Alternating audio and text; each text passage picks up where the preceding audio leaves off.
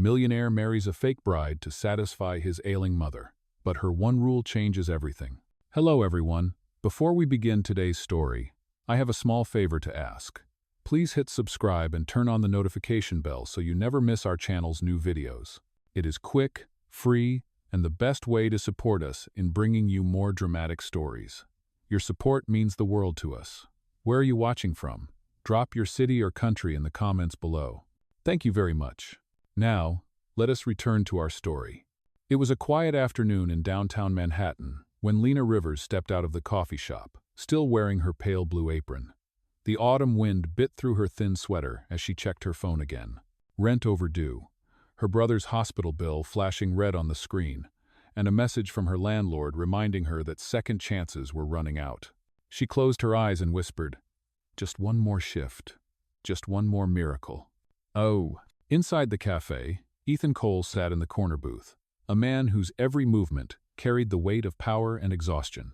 The youngest CEO of Cole Industries, 32 years old, impeccably dressed in a charcoal suit, but his eyes, gray and distant, looked more like someone carrying a secret rather than success. The folder in front of him contained what no business deal ever could: his mother's medical report. The words, "critical stage," were underlined twice. When Lena returned with his coffee order, he studied her face. There was something calm about her presence, unpolished but sincere. She apologized for being late, explaining that the subway had stopped again, and she had to run 5 blocks in the rain. Most men of his world would have dismissed her instantly. Ethan did not. "Miss Rivers," he said evenly, "how far would you go for someone you love?" Lena blinked, unsure if he was joking. "As far as it takes, I guess." "Why?" Ethan leaned back, sliding a crisp envelope across the table. "Inside this is a contract. It offers you a 6-month marriage. No intimacy, no publicity, no real obligations except one. You will play the role of my wife so my mother can believe I am settled. She is very ill. It may be the only thing that gives her peace." Lena stared at him, frozen. "You want me to marry you?" "Yes," he said simply. "It will not be real. But the payment is substantial, enough to cover your brother's medical expenses for several years." Her throat tightened. It sounded unreal, even cruel, yet his tone carried neither arrogance nor mockery, only quiet desperation. "And what is the catch?" she whispered. Ethan's expression softened, but only slightly. "There is one rule: you cannot fall in love with me." Lena almost laughed, half in disbelief, half in fear. "Then you have nothing to worry about, Mr. Cole." "Oh," but as she took the envelope and stepped back into the cold air, her hands trembling, she did not know that the rule she agreed to would be the one to break them both. The next morning, sunlight spilled through the blinds of Lena's small apartment. The envelope from the night before lay on her kitchen table, untouched, a pale contrast against the cracked wooden surface. She had not slept. Every time she closed her eyes, she saw Ethan Cole's expression controlled, emotionless, but hiding something she could not name. Her brother's hospital file rested beside it, a reminder of the reason she could not simply throw that envelope away. Daniel was 21 years old, with a heart condition that required another surgery. The bills were piling up, and her nurse's voice from the night before echoed in her mind. "If we cannot make the next payment, the hospital will have to postpone the operation." Lena rubbed her temples, then finally opened the envelope. Inside was a neatly printed contract, several pages long, with precise clauses and legal language that made her breath quicken. Her hands shook as she read each point aloud to herself. Clause 1. The marriage will last 6 months from the date of signing. Clause 2. Both parties agree to maintain the appearance of a genuine relationship for the sake of Ethan Cole's mother, Evelyn Cole. Clause 3. No physical intimacy is required or permitted unless mutually consented. Clause 4. Financial compensation of $150,000 will be transferred to Lena Rivers in 3 separate installments. Clause 5. Upon completion of the agreement, both parties will part ways with no further obligation. Lena paused at the bottom of the page. There was a handwritten note, clearly in Ethan's script. "If you have questions, contact me directly. I do not appreciate dishonesty, but I reward courage." She exhaled slowly, Reward courage, she repeated under her breath. Is that what this is? That afternoon, she found herself outside a glass tower that stretched above the Manhattan skyline. The words Coal Industries gleamed across the top. The building was cold and perfect, just like its owner. When she stepped through the revolving doors, her reflection caught in the mirrored walls. Her thrift store coat and scuffed shoes looked painfully out of place. The receptionist's eyes flickered over her, polite but questioning. Do you have an appointment? Lena swallowed. Yes, with Mr. Cole. Within minutes, an assistant appeared, a woman with a sharp bob haircut and the kind of heels that clicked authority into every step. This way, Miss Rivers. The elevator ride was silent except for the hum of machinery. When the doors opened to the top floor, Lena saw him standing by the window, phone pressed to his ear. He turned the moment she entered, ending the call without a word. Miss Rivers, Ethan greeted. His tone was calm, but there was a trace of relief, as if he had not been certain she would come. I assume you read the contract. I did, Lena said quietly. And I do not know if I should be impressed or terrified. Oh. A flicker of amusement crossed his features. Both reactions are appropriate. He motioned for her to sit. The office was minimalist, with walls of glass and black marble floors that reflected every movement. Lena sat carefully, her hands clasped in her lap. Ethan slid a pen across the desk. If you agree, sign here. If not, you may walk away, and this conversation will never have happened. Lena stared at the papers. There is one thing missing. His eyebrow lifted slightly. Which is? She took a breath, steadying her voice. A rule for you. You cannot lie to your mother about my feelings. If she asks, you tell her the truth that I am helping you, not in love with you. Ethan's expression froze for a second, then softened into something unreadable. You are asking me to tell my dying mother that my marriage is a lie. I am asking you not to build a lie on top of another, Lena said. Her voice was calm, though her heart pounded. She deserves peace, but she also deserves honesty. That is my rule. If you cannot agree, then there is nothing to sign. Silence filled the room, thick and electric. Ethan studied her for a long moment, then leaned back in his chair. You are an unusual woman, Miss Rivers. Is that a compliment? She asked. It is an observation. He reached for the pen, signed the document first, and then pushed it toward her. Your condition is added as an amendment. Rule 6. No deception toward Evelyn Cole regarding emotional attachment.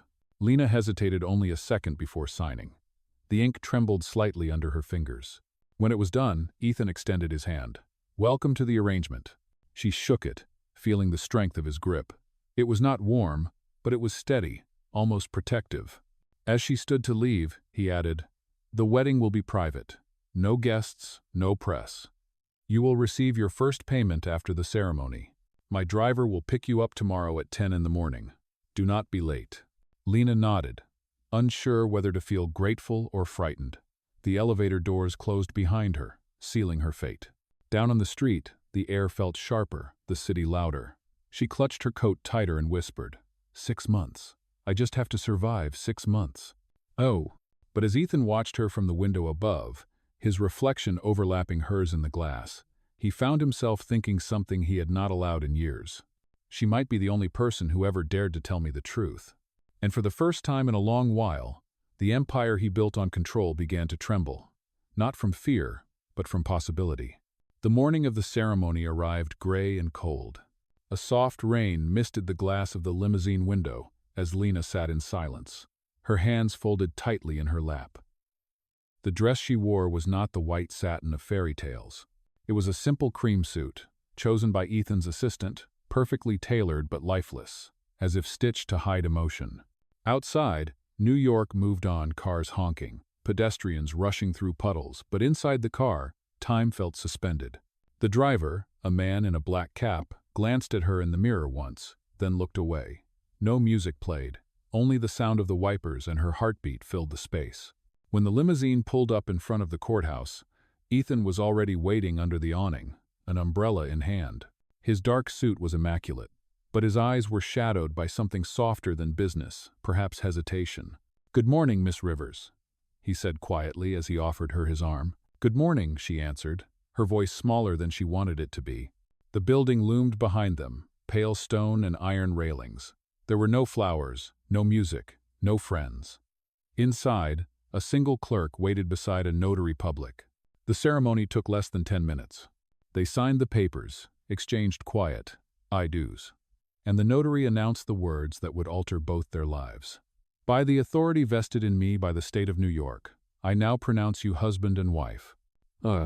Lena's stomach twisted at the sound. The pen still warm in her hand, she forced herself to smile politely. Ethan slipped a ring onto her finger, a plain gold band that felt heavier than its size. When the clerk left the room, Ethan turned toward her.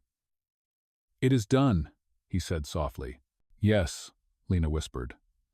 "It is." They stepped outside again, the rain having stopped. The sky had cleared just enough for a pale light to settle on the street. Ethan opened the limousine door for her. The gesture was courteous, automatic. But as she slid into the seat, she noticed his hands tremble slightly before he pulled away. The ride to the Cole family mansion was long. The farther they drove, the more the city's noise faded behind them. Trees lined the narrow road, their bare branches scraping the windows like quiet witnesses.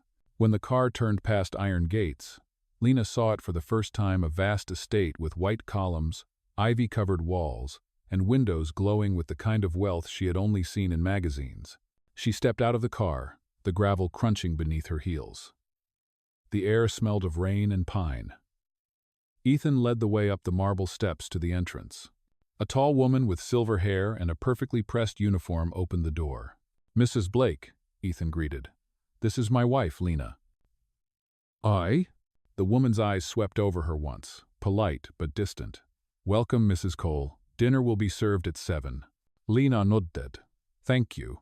Inside, the mansion felt colder than the rain outside. The walls were lined with paintings, chandeliers glittered above, and the silence was so deep she could hear her own breathing. Ethan guided her through the hallways, speaking in a measured tone, as if giving a business presentation. "This is the main living room.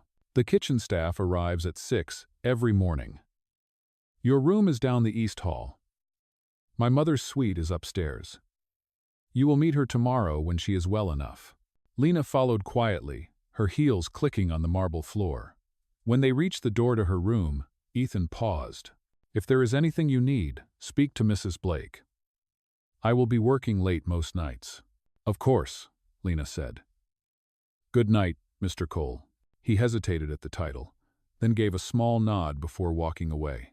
The echo of his footsteps faded down the hall. When she entered the room, the sight took her breath for a moment. It was enormous, with cream curtains, a balcony overlooking the gardens, and a bed large enough for a queen. Yet the air was sterile, untouched, like a showroom. She sat on the edge of the bed, looking at her reflection in the mirror. The gold ring caught the dim light, glinting like a secret she did not want to keep. Her phone buzzed in her purse, a message from the hospital. "Surgery scheduled. Deposit received. Thank you." Lena closed her eyes, her chest tightening with relief and guilt tangled together. 6 months, she whispered. "I can do this." Down the hall, Ethan entered his study and closed the door behind him. The rain had returned, drumming lightly against the tall windows. He poured himself a glass of scotch, but did not drink. On his desk sat the second copy of their marriage contract, neatly folded beside a framed photograph of his mother, smiling with him as a boy. He stared at it for a long moment, then at the contract. This was supposed to be simple, he murmured to himself. Just business. But the echo of Lena's voice, steady and honest, lingered in his mind. She deserves peace, but she also deserves honesty.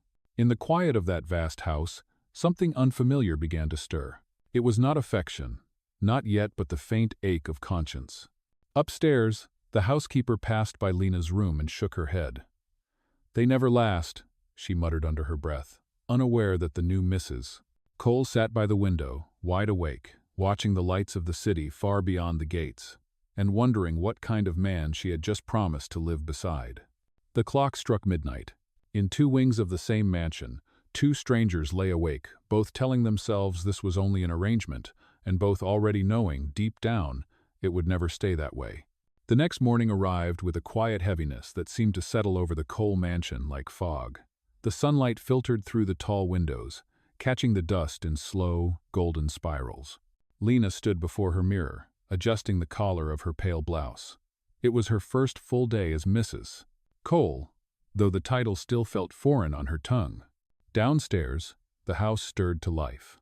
The scent of coffee drifted from the kitchen, mingling with the faint polish of oak floors. When Lena stepped into the grand hallway, Mrs. Blake, the housekeeper, was already there, her posture straight, her tone clipped. "Good morning, Mrs. Cole.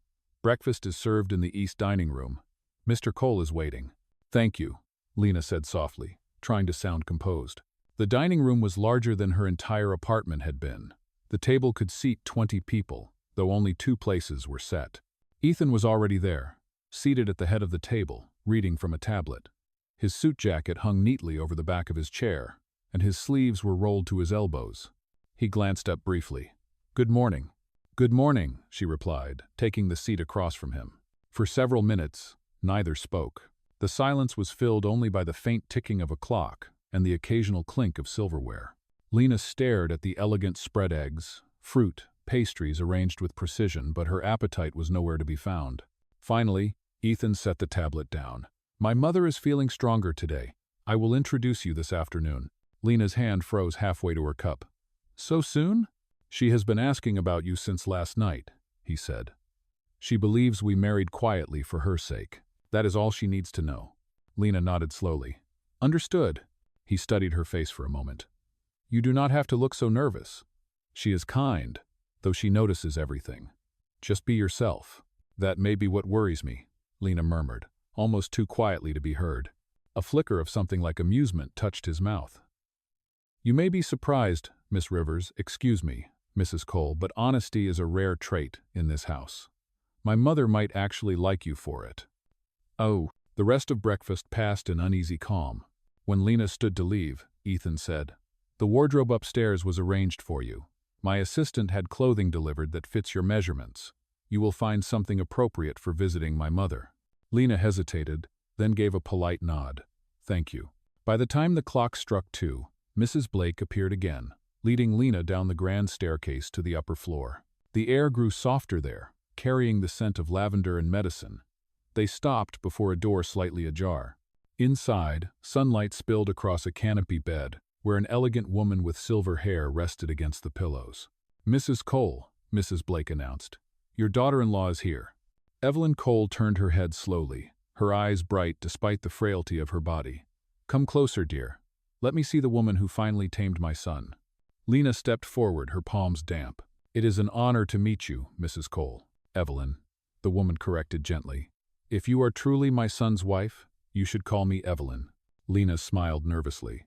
"All right, Evelyn." The older woman studied her face, her gaze sharp but kind. "You are beautiful, though not in the way of the women who usually stand beside Ethan.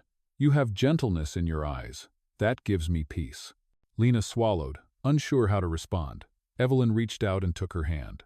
"I was worried my son would never find someone who could see him for who he is, not what he owns. Promise me, child, you will not let him retreat behind his work again." Lena's heart squeezed.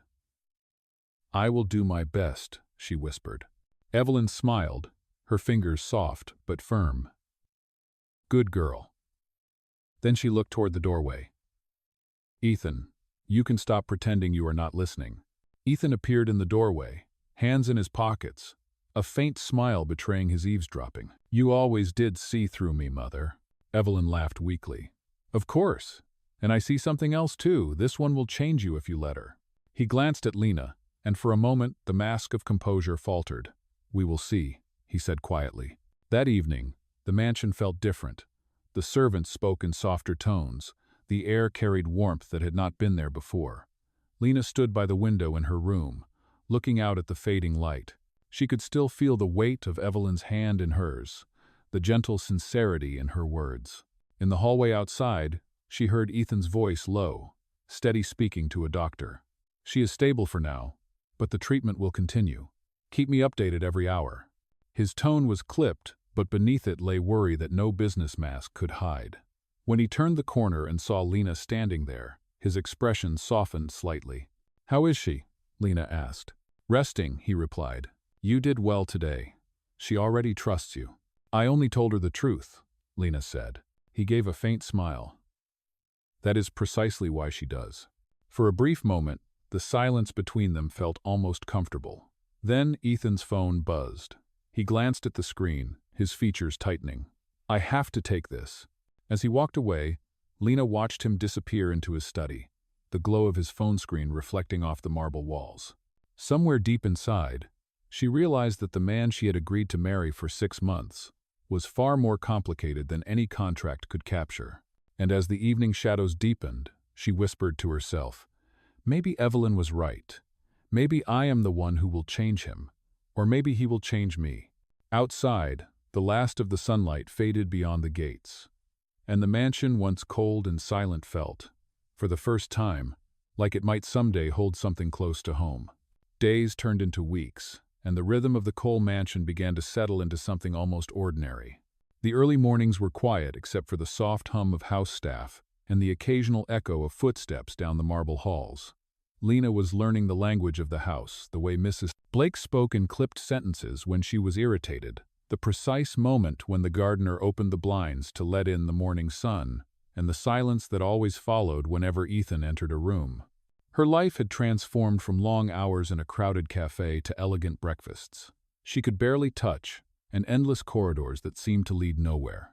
But even amid all that beauty, she could not shake the feeling that she did not belong.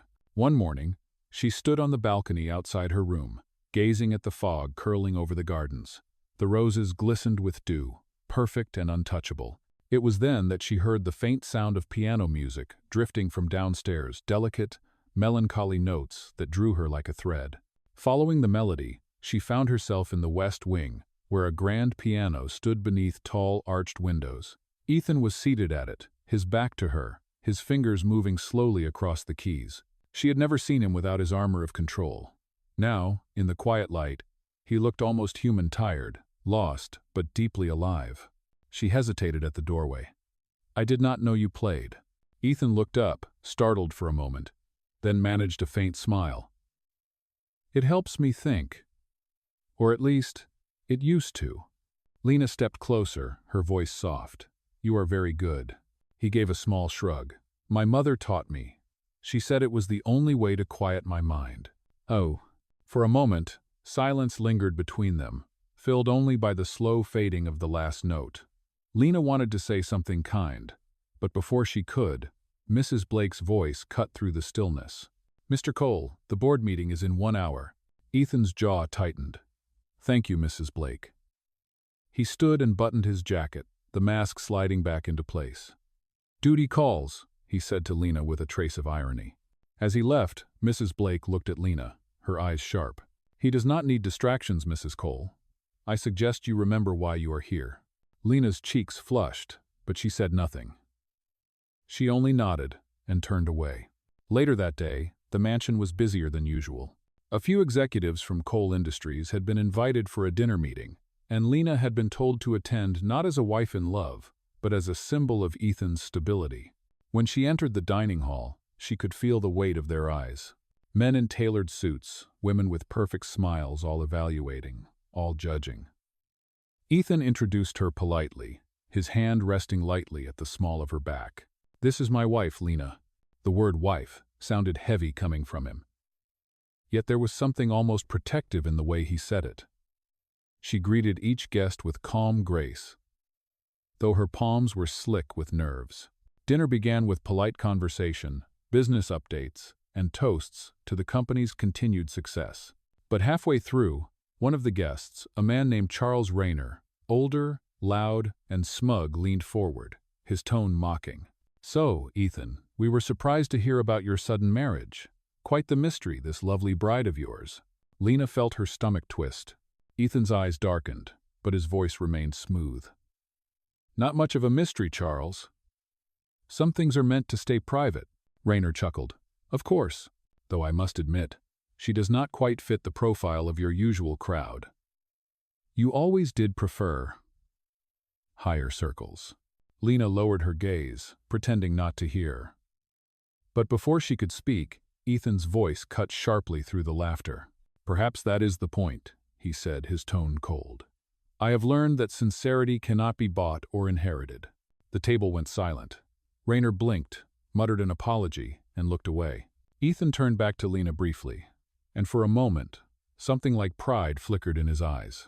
After the guests left, the mansion fell into stillness again. Lena found herself standing by the large window in the hallway, looking out at the moonlit garden. When she heard his footsteps behind her, she did not turn. "You did not have to defend me," she said softly. "Yes, I did," he replied. "They crossed a line." She turned then, surprised by the warmth in his voice. "You did not have to care." He gave a quiet, almost tired smile. "I never said I did not." The silence between them stretched, filled with the unspoken weight of everything they could not admit. Then Ethan glanced toward the staircase. "You should get some rest. My mother would like us to join her for lunch tomorrow." Lena nodded, but her eyes lingered on him as he walked away. Something had shifted tonight, not in words, but in the way he looked at her, in the way he stood up for her. When she finally returned to her room, she slipped off her shoes and sat on the edge of the bed. The gold band on her finger caught the moonlight. She turned it slowly between her fingers, whispering to herself, "Maybe this house is not as cold as I thought." Downstairs, Ethan stood in the empty dining room, staring at the untouched glass of wine he had poured hours earlier. For the first time since the deal began, he realized he had stopped thinking about contracts and clauses. He was thinking about her. The following morning began with a chill that seemed to seep through every wall of the mansion. The first frost of winter had touched the gardens, coating the rose bushes in delicate silver. Lena stood by her window, watching her breath fog the glass. The beauty of the estate had not changed, but something else had a subtle tension that she could not quite name. When she stepped into the hallway, the usual quiet hum of the household was replaced by hurried footsteps and low murmurs. "Mrs." Blake appeared from around the corner, a silver tray in hand, her expression tighter than usual. "Good morning, Mrs. Cole," she said stiffly. "Mr. Cole is already in the study. He has been there since dawn." Lena hesitated. "Is something wrong?" Mrs. Blake's lips pressed together. "It is not my place to say. But if I were you, I would tread carefully today." The words stayed with her as she walked toward the study. She paused at the half-open door and saw Ethan standing near the window, phone pressed to his ear, his voice low and sharp. "I told you to handle this quietly, Adrian. If that article gets out, it will not just be bad press, it will be a scandal." He turned then, and for the briefest moment, she saw the edge of exhaustion beneath his controlled demeanor. His cousin, Adrian Cole, had been mentioned before. The family's chief financial officer, a man ambitious enough to covet Ethan's position. When he noticed Lena at the door, his expression softened slightly. "Come in. I did not mean for you to overhear that." "It sounded serious," she said gently. "It is just business," he replied. "Nothing for you to worry about." But she did worry. Not because she understood the details of corporate politics, but because she recognized the look in his eyes, the same quiet storm she had seen in people who had lost too much and trusted too little. Ethan poured himself a cup of coffee, then hesitated before pouring another and handing it to her. "You did not have to come find me. I thought maybe you needed company," she said softly. He gave a faint smile that did not quite reach his eyes. "You should not make a habit of reading people too well, Mrs. Cole. It will only complicate things." Before she could respond, Mrs. Blake appeared in the doorway. "Mr. Cole, the florist has arrived to discuss arrangements for the charity gala." "Send them to the garden," Ethan said. He glanced at Lena. "Would you like to join me? My mother insists we host the gala this year, and apparently I need a wife's opinion." Lena blinked in surprise. "I suppose I could." "Good. Meet me outside in 10 minutes." When Lena stepped into the garden later, the air was crisp, the ground damp beneath her shoes. Ethan stood with a small group of staff near the fountain, reviewing sketches for floral arches and lighting placements. The scene might have seemed like any normal preparation for an elegant event, except for the way Mrs. Blake hovered at a distance, her eyes cold and watchful. As Lena approached, one of the florists accidentally spilled a vase of water. The splash hit her skirt, and she gasped softly. Ethan reacted instantly, handing her his handkerchief. "Are you all right?" She nodded, dabbing at the fabric. "It is fine, just water." But the look he gave her, quick, concerned, unguarded, did not go unnoticed. Mrs. Blake's frown deepened. Later that afternoon, Lena found herself in the kitchen, searching for a cup of tea to warm her hands. The staff went quiet when she entered. She offered a polite smile, but no one met her eyes. At the far counter, Mrs. Blake turned from arranging silverware and spoke without looking up. "You are making quite an impression on Mr. Cole."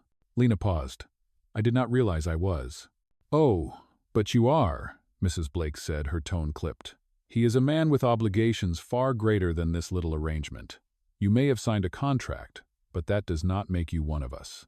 Lena felt the sting of the words, but refused to show it.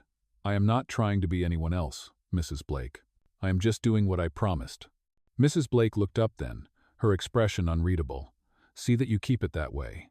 Men like Ethan do not need saving, and women like you do not survive trying."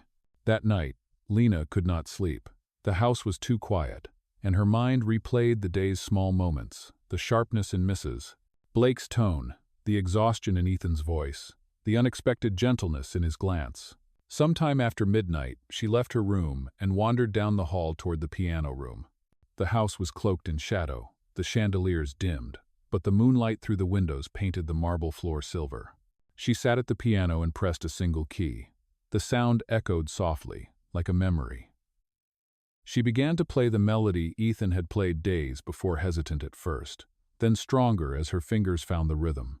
Behind her, a door creaked open. Ethan's voice, quiet and rough with fatigue, broke the silence. "You play." She turned, startled. "Barely. I remembered what you played that morning." He stepped closer, his expression unreadable. "You remembered?" "Yes," she said. "It was beautiful. It felt lonely." He exhaled slowly, his gaze meeting hers.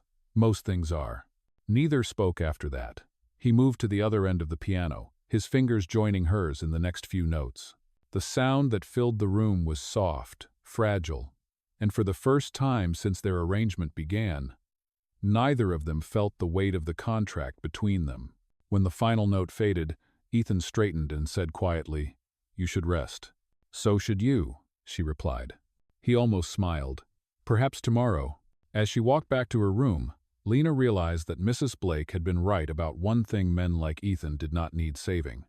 But she also understood something Mrs. Blake never would. Sometimes, it was not about saving at all. It was about being the first person to see the loneliness that others ignored. And that, she thought, might already be too dangerous. The following evening arrived wrapped in quiet tension. The air over the Cole mansion shimmered with the soft hum of preparations. Candlelight flickered through the long dining hall, and the scent of roasted herbs drifted from the kitchen. It was supposed to be an ordinary dinner, but nothing about it felt ordinary. For the first time since their wedding, Ethan and Lena would share a meal alone, no staff, no guests, no business calls. Lena stood in front of her mirror, fastening the small pearl earrings that Evelyn had given her earlier that day. The older woman had smiled warmly and said, "Every woman in this family deserves something beautiful." The words had been kind, but they carried an ache Lena could not explain. When she entered the dining hall, Ethan was already there, standing by the window, phone in hand. The glow of the city lights reflected in his eyes as he ended his call and slipped the phone into his pocket. He turned toward her and froze for half a second. "You look different," he said quietly. Lena smiled faintly. "Is that good or bad?" He hesitated, then pulled out her chair. "It is good." Saturday. The table between them was set with fine china and silver cutlery, yet the air felt thick, like something unspoken hovered between every breath. For several minutes, they ate in silence. The only sounds were the faint ticking of the grandfather clock and the rain tapping softly on the glass. Ethan broke the silence first. "My mother tells me she enjoys your company. She said you make her laugh." Lena looked up, surprised. "She tells wonderful stories. She showed me an old photo album this afternoon. You looked about 10 years old playing piano beside her." He smiled faintly, the first genuine expression she had seen all week. "She used to say that the piano was her way of teaching me patience. I was a terrible student. Maybe you just needed someone to listen," Lena said softly. His gaze lingered on her for a moment before he looked away. "You have a dangerous habit of saying simple things that sound far too true." She did not answer. Instead, she took a sip of water, trying to steady her heartbeat. It was strange, she thought, how easily they could drift between silence and something that felt almost intimate. Halfway through dinner, a clap of thunder rolled outside, rattling the windows. The lights flickered once and went out, plunging the room into shadow. The candles on the table became their only light. "Well," Ethan murmured, his voice low. "It seems we have lost power." Lena tried to laugh, but it came out nervous. "Do you always plan romantic evenings this way, Mr. Cole?" He raised an eyebrow, a spark of amusement breaking through his calm exterior. "I assure you, Mrs. Cole, this one was not part of the contract." The warmth in his tone caught her off guard. For the first time since meeting him, she laughed genuinely, freely. It was a sound Ethan had not heard before, and it startled him more than he expected. When the laughter faded, silence returned, softer this time. Ethan reached for the candle closest to him and adjusted it, his fingers brushing against hers by accident. The touch was brief, but it sent a current through the air that neither of them could ignore. He cleared his throat, his voice quieter now. "Lena, may I ask you something?" "Of course. Why did you really agree to this arrangement? You could have walked away." She hesitated, the words heavy in her chest. "Because my brother needed surgery, because I was out of options, and maybe because I wanted to prove to myself that kindness can still survive in desperate places." Ethan looked down at his hands, his expression unreadable. "You are not like anyone I have met before." "That sounds like a compliment," she said with a soft smile. "It is," he replied, "and that is what troubles me." Before she could respond, the lights flickered back on. The sudden brightness made both of them blink, as if waking from a dream. Ethan stood quickly, his composure returning. "I should check with the staff about the generator." Lena nodded, though disappointment flickered in her eyes. "Of course." He paused at the doorway. "Good night, Lena." "Good night," she whispered. After he left, she sat alone at the table for a long time, tracing the rim of her glass. The warmth from his brief touch still lingered on her skin. It frightened her not because it was wrong, but because it was real. Upstairs, Ethan stood by his window, staring out at the rain. His reflection looked back at him, calm and distant, but the memory of her laughter echoed in his mind. It had been so long since something so small had made him feel human. He ran a hand through his hair, exhaling slowly. "It is only 6 months," he told himself. "Do not make it more than that." But even as he said the words, he knew they were already untrue. In another wing of the house, Mrs. Blake walked past the darkened hallway and stopped by the dining room door. Through the crack, she saw the candles still burning and the untouched plates cooling on the table. Her lips pressed into a thin line. "Dangerous," she whispered to herself. "Very dangerous." For the first time since the contract began, the lines that separated pretense from truth had started to blur. And as the night deepened, both Ethan and Lena lay awake in their separate rooms, each pretending sleep, each haunted by the same thought: this was never supposed to feel real. The next morning dawned clear and bright, the kind of sunlight that painted the marble floors of the Cole mansion in ribbons of gold. The storm from the night before had passed, but its echo lingered somewhere inside both Ethan and Lena. Neither had slept well. The air between them had changed subtly, dangerously, and though neither would admit it, they both felt it. Lena spent the morning with Evelyn, who insisted on taking her tea in the conservatory. Sunlight poured through the glass roof, lighting the older woman's silver hair like a halo. Birds chirped outside in the garden, and for the first time since her arrival, Lena felt at ease. "My son tells me you have been keeping him company at dinner," Evelyn said with a small smile. Lena flushed slightly. "He insisted we share a meal." "It was nice." "Nice," Evelyn repeated, her tone amused. "For Ethan, that is practically a miracle. I have not seen him take an interest in anyone for years." All this, Lena hesitated. "We are still learning how to coexist. I think we are both trying." Evelyn reached out, placing her frail hand over Lena's. "Trying is all that matters, dear. I do not need grand gestures. I only need to know that when I am gone, he will not be alone." The tenderness of those words tightened Lena's throat. "You are not going anywhere, Evelyn. You are strong." Evelyn chuckled softly. "Strength and time are not the same thing. Promise me something, Lena. No matter what happens between you and my son, do not let him lose his heart again. He hides it behind those walls of his, but it is still there." Lena nodded quietly. "I promise." Later that afternoon, the mansion buzzed with quiet activity. The charity gala Evelyn had requested was only a few days away, and staff moved through the halls with flowers, lights, and decorations. Ethan had been in meetings all morning, his phone glued to his ear, but when he returned, he found Lena in the main hall arranging a vase of fresh lilies. "You should not be doing that," he said, stepping closer. "We have staff for it." "I know," Lena replied without looking up, "but they keep placing the flowers in symmetrical patterns. Sometimes beauty needs a little imperfection." He tilted his head, studying her. "You sound like my mother." "Sacred for, she is wise," Lena said, finally meeting his gaze. "And she loves you very much." Something flickered in his eyes, gratitude mixed with something more fragile.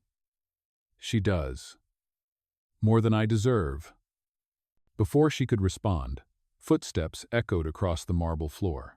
Adrian Cole entered, his expensive coat still dusted with the city's chill. His smile was sharp, charming to anyone who did not know him.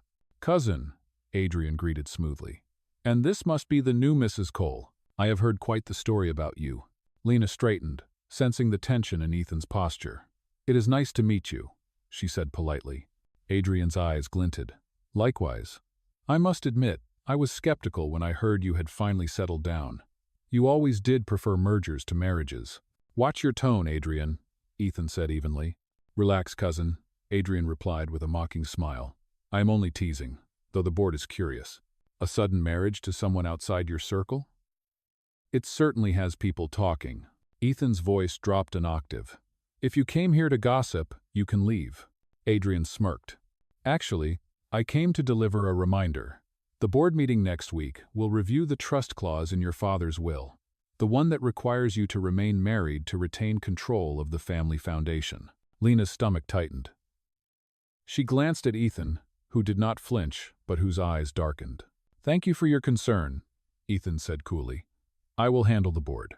Adrian looked between them, a faint grin curling his lips. "Of course you will. But be careful, cousin. The press has a way of discovering the truth about fairy tale weddings." When Adrian finally left, the silence he left behind felt heavier than before. Lena exhaled. "He knows." Ethan's jaw clenched. "He suspects. He will use it to hurt both of us if we let him." "What can we do?" she asked. He looked at her, his voice low. "Exactly what we have been doing. Play our roles. Be convincing." Lena nodded slowly. "Then let us be convincing." That evening, Evelyn requested a family dinner. When the three of them sat together, the atmosphere was oddly gentle.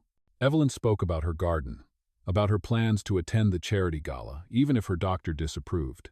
Ethan kept glancing at her, concern flickering beneath his composed exterior. Lena filled the gaps in conversation, and for a moment, it almost felt real, a family, not a performance. After dinner, Evelyn retired early, leaving Ethan and Lena in the softly lit hallway. The glow from the chandelier bathed the marble floor in gold. "She really believes in us," Lena said quietly. Ethan nodded. "She wants to believe." "Then maybe," Lena said, her voice barely above a whisper, "we should give her something true to believe in."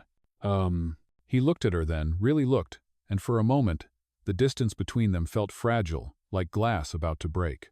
But before either could speak, Mrs. Blake appeared at the end of the hall, her expression sharp. "Mr. Cole, there is a call from your legal department. It is urgent." Ethan turned to leave, but his voice was softer when he said, "Good night, Lena." "Good night," she whispered back. When she reached her room, Lena sat by the window, watching the reflection of the chandelier fade into darkness. Somewhere, in that vast mansion, she could hear faint footsteps and the distant sound of the piano again, one solitary melody repeating through the halls. It was not love yet, but it was no longer just an arrangement, and neither of them could stop it from growing. The day of the charity gala arrived with a kind of restless anticipation that rippled through every corridor of the Cole mansion. From early morning, staff hurried in and out, arranging flowers, polishing silver, and checking lighting. The air smelled of lilies and candle wax. By noon, the ballroom gleamed white marble floors, crystal chandeliers, and walls draped with velvet curtains the color of midnight. It was elegance at its finest, yet for Ethan and Lena, it felt like walking into a carefully staged play. Lena stood before the mirror in her room, adjusting the silver gown that had been chosen for her. The fabric shimmered under the soft light, hugging her frame but still modest, graceful. Evelyn had insisted on it, saying, "A woman can command a room without saying a word if she carries herself with dignity." Those words echoed in Lena's mind as she fastened the small pendant around her neck, a simple locket Evelyn had lent her for luck.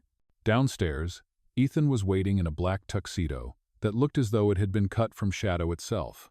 His composure was perfect, as always, but when he saw Lena descending the staircase, something flickered in his eyes, something unguarded, human. "You look," he began, then stopped himself. "Different?" Lena teased softly. He smiled faintly. "Exactly right." They walked together into the ballroom where dozens of guests were already mingling. The hum of conversation, the clinking of glasses, and the low music of the string quartet filled the space. The event was meant to raise funds for medical research in Evelyn's name, and she sat proudly near the stage, her presence commanding respect. For a while, everything went smoothly. Ethan spoke with investors, Lena greeted donors, and photographers captured the picture-perfect couple hands, brushing, eyes meeting, every detail rehearsed to perfection. But the moment that changed everything began quietly, almost invisibly. Lena was speaking to a journalist from a lifestyle magazine when Adrian Cole appeared beside her, his expression smooth as glass. "Mrs. Cole," he said in a tone that made her name sound like a challenge, "you have quite the spotlight tonight." "Ah," she forced a polite smile. "It is for a good cause." "Of course," he said, "though I do wonder, does it ever bother you, pretending for all these people?" Her heart skipped. "Excuse me?" Adrian leaned closer, lowering his voice. "You play the part well, but I have seen your type before. You think kindness will earn you a place in this world, but in this family, contracts do not end with ink, they end with ruin." Before Lena could respond, Ethan appeared, his tone cutting through the tension like ice. "Adrian, that is enough." Adrian straightened, a mocking smile on his lips. "Only looking out for you, cousin." Ethan stepped between them, his voice low and dangerous. "If you ever speak to her that way again, you will regret it." For a brief second, their eyes locked, two men from the same bloodline but different worlds. Then Adrian smiled and walked away, leaving the scent of arrogance in his wake. Lena exhaled shakily. "He knows." Ethan's jaw tightened. "Let him think he does, but do not let him make you doubt yourself." She met his gaze, searching it for something she could trust. "Then tell me I am not just pretending anymore." He looked at her, the noise of the ballroom fading until there was only the sound of her breath in his heartbeat.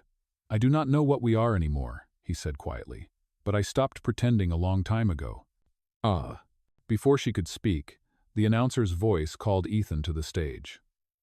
He straightened his jacket, his expression composed again, though something in his eyes lingered as he glanced back at her. "Wish me luck," he said. "Always," she whispered. He gave his speech with poise and conviction, thanking donors, honoring his mother, and speaking of compassion as the heart of progress. Lena watched from the crowd, her heart swelling with something she could not name. When he finished, the room erupted in applause, and Evelyn smiled proudly from her table. After the speech, photographers approached, asking for photos of the beautiful couple. Ethan slipped an arm around Lena's waist, drawing her close for the cameras. The flashes lit their faces, freezing their closeness in frames that would soon spread across social media and newspapers. But as the last camera clicked, Lena caught a glimpse of something beyond the bright lights. Adrian, standing in the corner, phone in hand, his expression cold and triumphant. He was watching them too closely, and she knew then that he was planning something. Hours later, when the guests began to leave, Evelyn insisted on thanking everyone personally. Lena stayed by her side, steadying her when her strength faltered. Ethan stood a few feet away, speaking to one of the foundation's directors, but his eyes never strayed far from them. When the final guest had gone, the ballroom emptied into silence. Candles burned low, and the faint hum of the city night filtered through the tall windows. Ethan approached Lena and Evelyn, exhaustion softening his voice. "You both did beautifully," he said. Evelyn smiled weakly. "It was you, my son. I am proud of you." As Mrs. Blake helped Evelyn back to her room, Ethan and Lena were left standing in the quiet hall. "You handled tonight well," he said softly, "even with Adrian's games." "I have faced worse," she replied, though her voice trembled. "But I am worried about what comes next." Ethan met her gaze. "Whatever it is, we face it together. That is what this marriage means now, contract or not." Lena felt her heart tighten, not from fear but from truth. "Together," she repeated. They stood there for a long time, the faint sound of rain beginning again outside, both knowing that something in their story had changed forever. And somewhere in the darkness beyond the gates, Adrian Cole drove away with a phone full of photographs, ready to turn their fragile truth into a weapon. The morning after the gala arrived soft and gray. Rain streaked the windows of the Cole mansion, and the city skyline beyond looked blurred, almost dreamlike. For a few quiet moments, everything seemed peaceful. The guests were gone, the staff moved slowly, and the scent of last night's flowers still lingered in the air. But peace, as Lena was learning, never lasted long in this house. She found Ethan in the library, standing by the window with a cup of coffee in his hand. He was still in the same suit from the night before, his tie loosened, his posture heavy. The light caught his reflection on the glass-sharp lines softened by fatigue. "Did you sleep at all?" she asked gently. He turned slightly. "No. Adrian will not stop until he finds something to use against us." Lena stepped closer, worry clouding her voice. "What do you think he will do?" "He will attack the weakest point," Ethan said. "He always does. This time, it will not be business. It will be you." The truth of it struck her like a chill.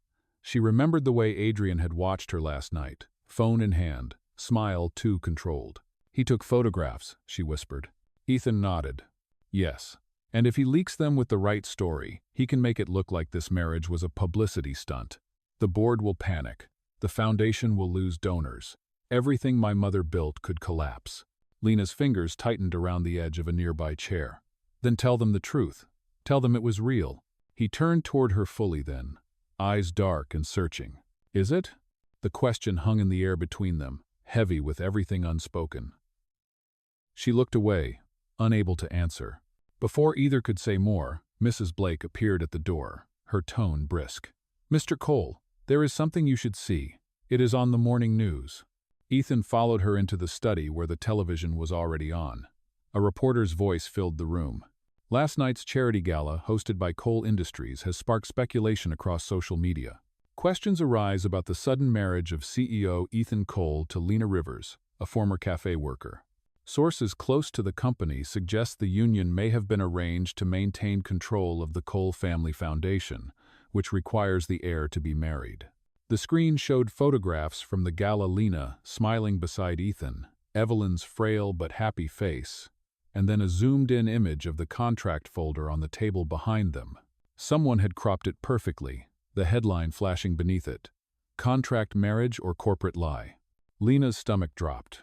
Ethan's jaw clenched, his eyes fixed on the screen. "Adrian," he said quietly. "He did this." Mrs. Blake folded her arms. "What will you do?" Ethan's voice was cold and certain. "I will not let him destroy her. Or my mother." He turned to Lena. "We are going to control the story. Today, we will visit the Foundation's hospital as planned. We will show them what this marriage is really about. Compassion, not contracts." Lena's voice trembled slightly. "But if people already believe the worst, then we will give them something better to believe," Ethan interrupted. His tone softened. "You told me once that kindness can survive in desperate places. Let us prove it." By afternoon, the two of them arrived at the children's hospital funded by the Cole Foundation. Reporters waited outside, cameras flashing as soon as they stepped from the car. Ethan placed a steady hand on Lena's back as they walked through the crowd, his touch protective rather than possessive. Inside, the noise faded into gentle voices and the quiet hum of machines. Children waved from their rooms, nurses smiled, and for a few brief hours, the tension of the outside world disappeared. Lena knelt beside a little boy with bandages around his chest and handed him a small toy car. His eyes lit up, and for the first time that day, she smiled without forcing it. Ethan watched her from across the room. He had seen countless photo opportunities, countless scripted gestures of charity, but this was different. There was no pretense in her. Every word, every touch, was real. When they left the hospital, reporters surrounded them again. A microphone was thrust toward Ethan. "Mr. Cole, Can you confirm whether your marriage was part of a legal contract tied to the foundation? Ethan's expression remained calm. What my wife and I have is built on respect, honesty, and shared purpose. That is all I will say. Then he did something no one expected. He reached for Lena's hand and laced his fingers through hers. Cameras flashed wildly as he added, "If you want proof, watch what we do, not what others say." Ugh. That single gesture spread across every major news outlet within hours. Some called it a calculated move. Others called it a declaration. But for Lena, it was something else entirely. It was the first time he had touched her in public and meant it. That night, back at the mansion, Evelyn called them into her room. Her voice was weak but steady. "I saw the news. You both handled it beautifully." Ethan knelt beside her bed. "I am sorry you had to see that, Mother." She smiled faintly. "Do not be sorry. You showed the world that truth cannot be faked." Her gaze shifted to Lena. "And you, my dear, have given this family something it lost a long time ago, heart." Tears pricked Lena's eyes. "I only wanted to help." "You did," Evelyn said softly. "More than you know." When they left her room, Ethan stopped in the hallway. "Thank you," he said quietly. "For what?" Lena asked. "For standing beside me. For not running." She met his gaze, her heart steady despite everything. "I made a promise, Ethan. I said I would not lie to your mother about my feelings. And I have not." He looked at her for a long moment, the meaning in her words sinking deeper than either of them was ready to face. Then he nodded slowly. "Neither have I." Outside, the rain had stopped. The city lights glowed faintly through the fog, and inside the mansion, for the first time in months, Ethan Cole felt something close to peace. But peace, like trust, was fragile, and both were about to be tested in ways neither of them could imagine. The next morning came quietly, but the peace it carried was fragile. The sun shone weakly through the clouds, the kind of light that could not warm the house it touched. In the Cole mansion, calm had a way of feeling temporary, as if the walls themselves were waiting for the next storm. Lena was in the library, arranging fresh flowers when she heard the low murmur of voices coming from the hallway. She recognized Ethan's tone, controlled but sharp. When she stepped closer, she saw him standing with Adrian near the study, their conversation tense. "I warned you," Adrian was saying. "The board is losing patience. They think your little love story is a distraction." Ethan crossed his arms, his jaw tight.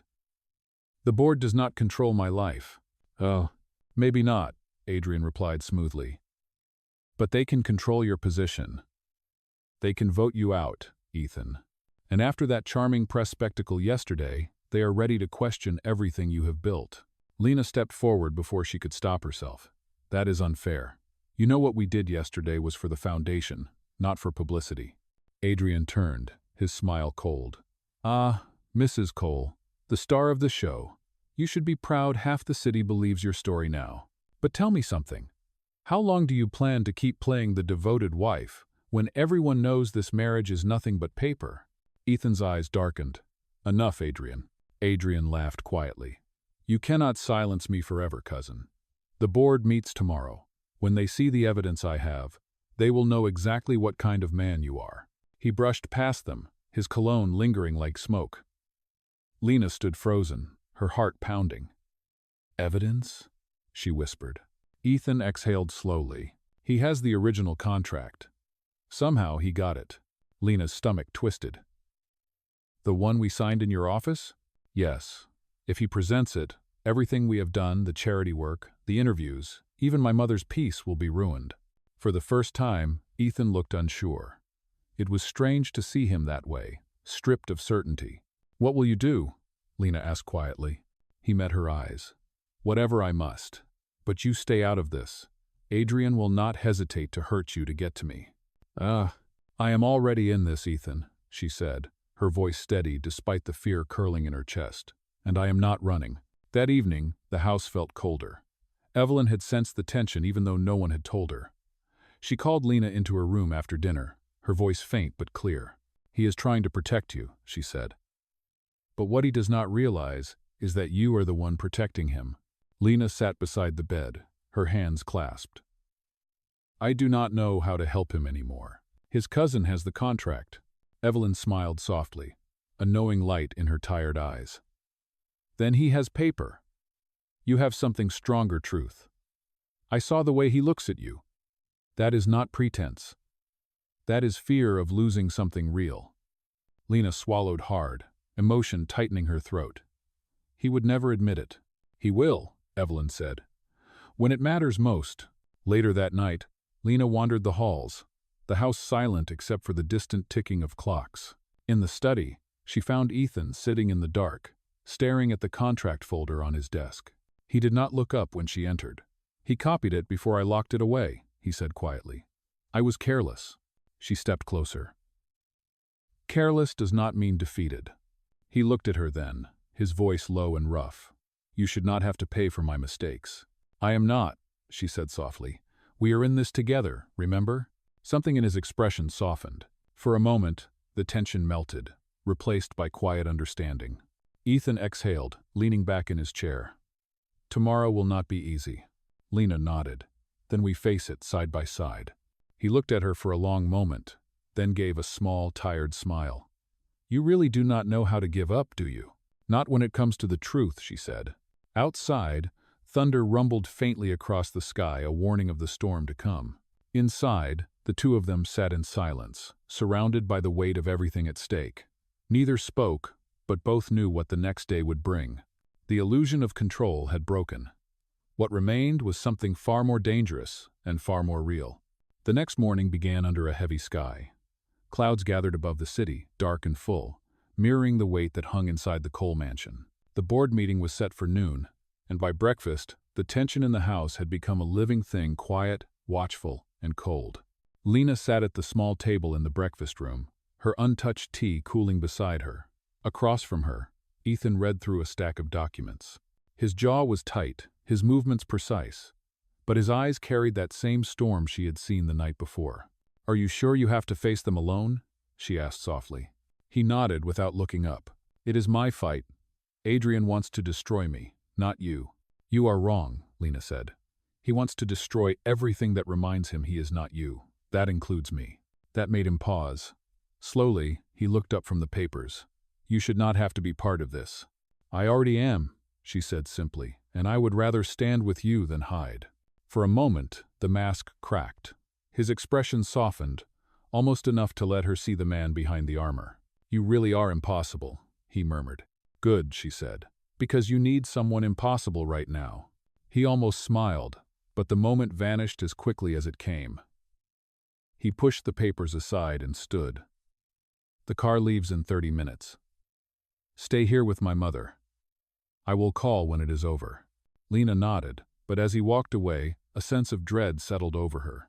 Something told her that whatever happened at that meeting would change everything. By late morning, the mansion was quiet except for the sound of the rain tapping against the windows. Evelyn sat in her armchair near the fireplace, a blanket draped across her lap. Her eyes followed the flames, as if she could see her son's future written in them. He will win, she said softly, sensing Lena's worry. He has truth on his side, and truth always finds its way through. Lena tried to believe that. But when her phone buzzed with a news alert, her heart dropped. The headline glowed across the screen. Coal Industries under fire. Alleged contract marriage. Confirmed by insider. Her breath caught. The article featured scanned pages of the original marriage contract, real signatures, real terms. It even mentioned the clause about 6 months. Someone inside the company had leaked it. Oh no, Lena whispered. Evelyn looked up sharply. What is it? Lena hesitated, then handed her the phone. The older woman's eyes narrowed as she read, then closed slowly. Adrian, she said quietly. He has done it. Lena stood, her pulse racing. I have to go to him. Lena, wait, Evelyn said. The meeting will be chaos. You cannot. But Lena was already moving. He stood up for me when everyone doubted him. I will not let him face this alone. Outside, the rain fell harder. By the time she reached the Coal Industries building, the street was lined with reporters. Cameras flashed, voices shouted questions. Mrs. Cole, is it true? Was your marriage a business deal? Lena pushed through them, keeping her head down until she reached the glass doors. Inside, the boardroom was visible through a wall of frosted glass. She could hear the voices sharp, accusing, echoing down the hallway. Ethan's voice rose above them all. "You violated my privacy and my family's trust. You think destroying me will make you a better man? You are wrong, Adrian." Adrian's reply was calm, smug. "The documents speak for themselves, cousin. You deceived this company, the foundation, and the public. You should resign before the board votes you out." Lena stepped into the room before anyone could stop her. Every head turned. She stood at Ethan's side, soaked from the rain, her hands trembling but her voice steady. "He did not deceive anyone," she said. "Yes, the marriage began as a contract, but everything that followed, every act of kindness, every sacrifice was real. He did it to protect his mother, not his name. If you want to judge him for that, then judge me too." The room fell silent. Ethan turned toward her, eyes wide. For once, he had no words. Adrian's smirk faltered. "You expect them to believe that?" "I do not expect anything," Lena said, "but I will not let you twist the truth. Some contracts end in signatures, others end in love. You can choose which one this is." The words hung in the air, quiet but unshakable. Outside, thunder rolled, echoing through the glass. Ethan reached for her hand, not out of obligation, but out of something real, something undeniable. For the first time since the storm began, he smiled. "I guess we fight together after all." And this time, even Adrian had no reply. The storm outside had not stopped when the board meeting finally ended. Rain streaked across the tall windows of the Coal Industries building, and the gray light that filled the room matched the mood that lingered inside. The board members had left in uneasy silence, their faces a mix of doubt and discomfort. Only 3 people remained: Ethan, Lena, and Adrian. Adrian stood by the door, straightening his tie, his expression smug. "Well, cousin?" he said, his voice calm but cutting. "That was quite the performance, but speeches and sentiment do not erase signatures. You cannot charm your way out of the truth." Ethan did not look at him. He was staring at the rain outside, hands braced against the conference table, shoulders tense. "You leaked private documents, Adrian. That is not truth. That is betrayal." Adrian laughed quietly. "You call it betrayal. I call it exposure. The world deserves to know what kind of man you really are. You pretended to care about people while hiding behind a fake marriage." Lena stepped forward, her voice steady but trembling with restrained anger. "He did not pretend. You do not know what real care looks like, Adrian. You only know control." Adrian's smile faltered for a moment before he recovered. "How noble of you to defend him. I suppose that is part of your performance too?" Ethan turned then, his voice low and sharp. "Enough. You have made your point. You wanted to humiliate me. Congratulations. You succeeded." He stepped closer, his eyes hardening. "But you forgot one thing. When this family was falling apart, I rebuilt it. When the foundation was dying, I funded it. You may own numbers on paper, Adrian, but you will never own the respect of anyone in this room." Adrian's expression darkened, but Ethan continued, his tone calm, almost dangerous. "You think power means control, but power means responsibility. You would burn everything down just to prove you can hold a match." For the first time, Adrian's composure cracked. He took a step closer, lowering his voice. "You think this is over? It is only the beginning." He turned and left, the sound of his shoes echoing down the corridor until it disappeared. The room fell silent except for the steady rhythm of the rain. Ethan exhaled slowly, the weight of it all pressing down. He looked at Lena, who was still standing by the table, her hands clasped tightly together.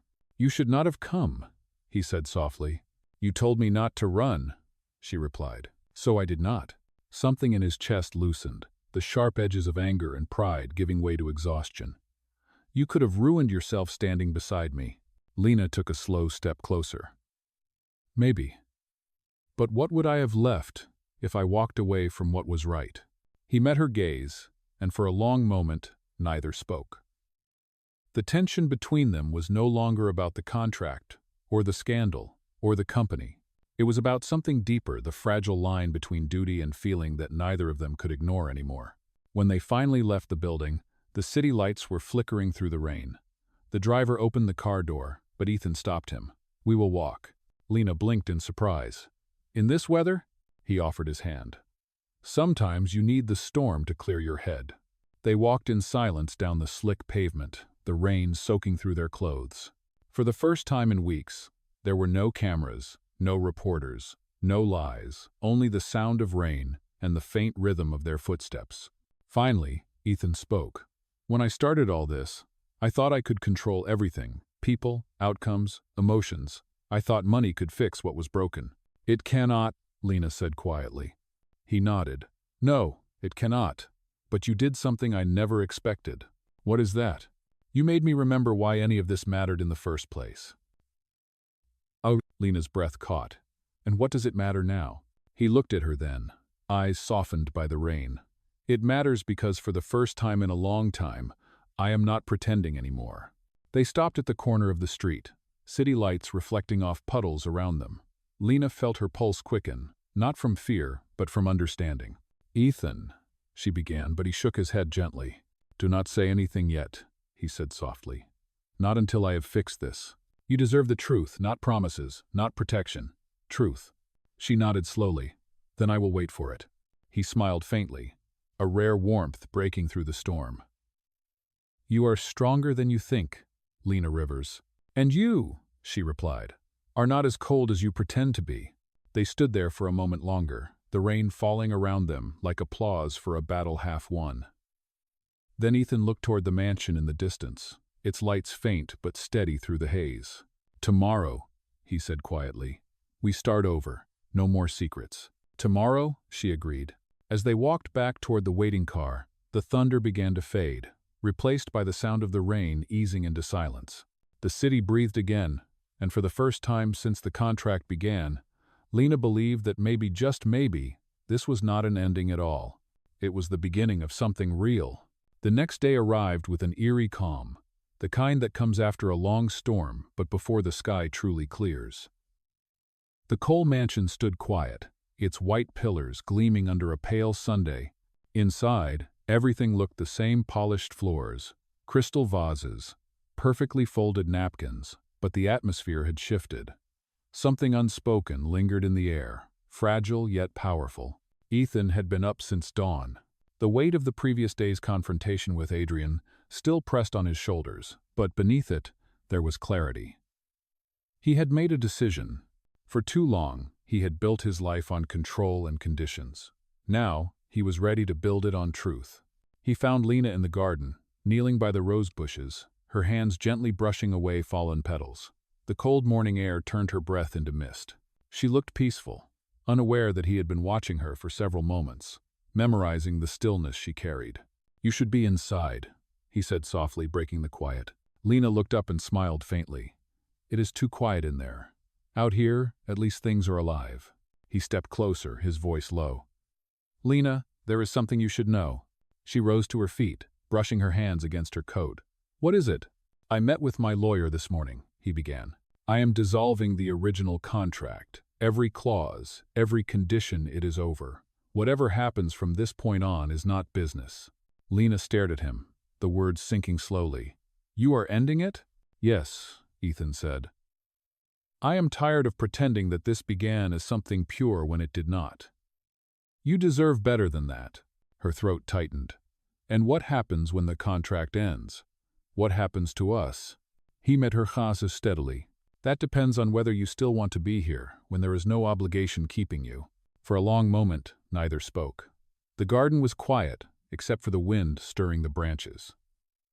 Finally, Lena said softly, You think I stayed because of a contract? I do not know why you stayed, Ethan admitted.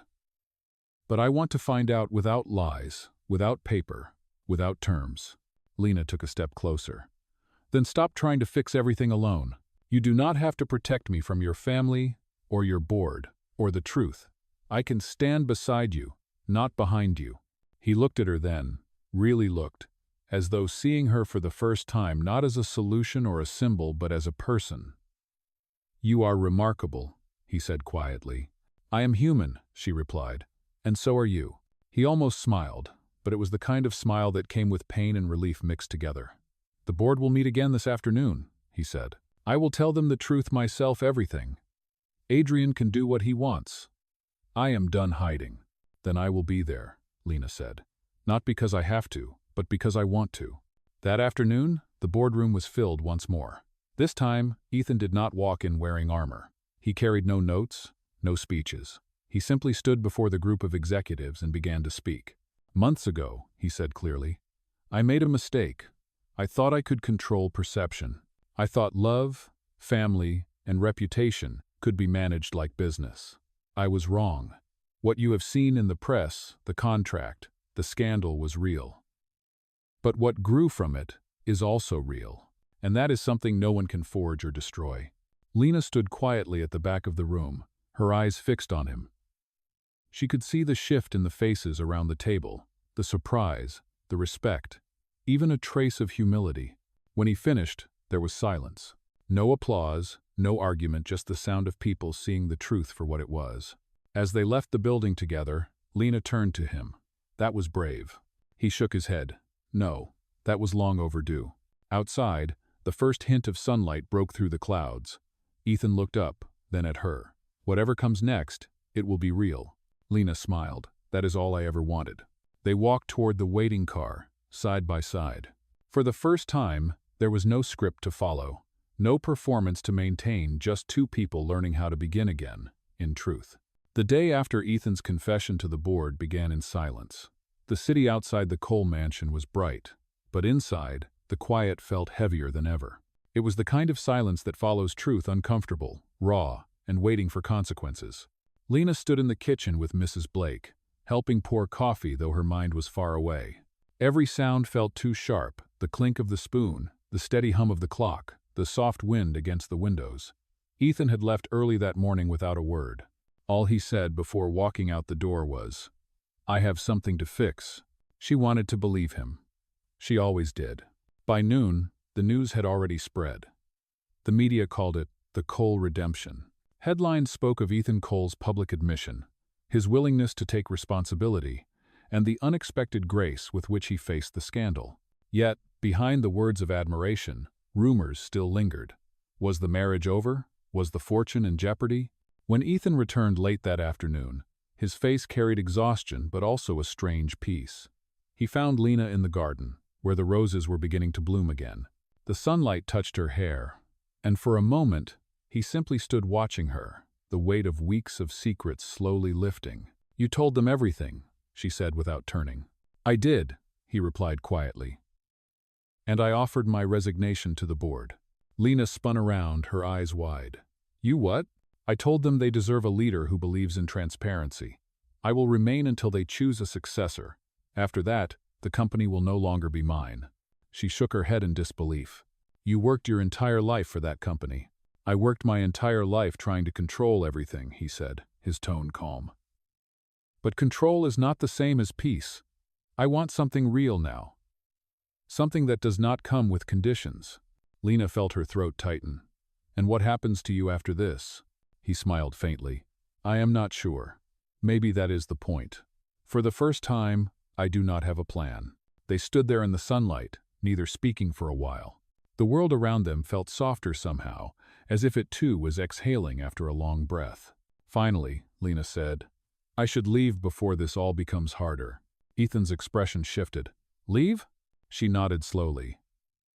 The contract may be gone, but the world still sees me as the woman who married you for money. If I stay, it will only make things worse for you. He stepped closer, his voice steady but full of emotion.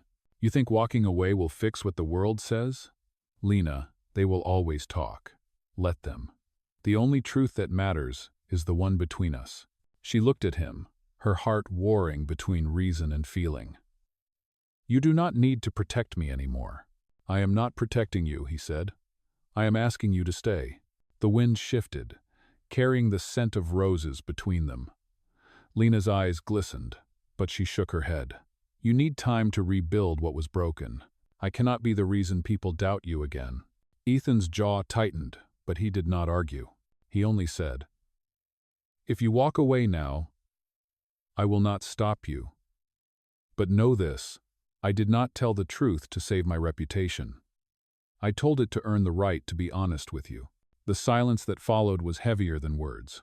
She looked at him one last time before whispering, "Then I hope honesty brings you peace." She turned and walked toward the mansion. Ethan watched her go, his chest heavy but calm, because for once, everything that had been said was real.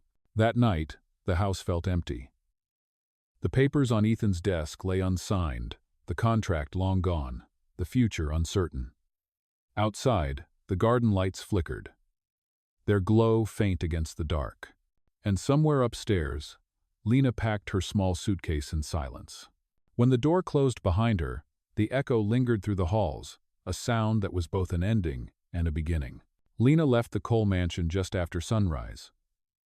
The city was still half asleep, wrapped in pale mist, and the sound of her footsteps echoed softly against the stone driveway.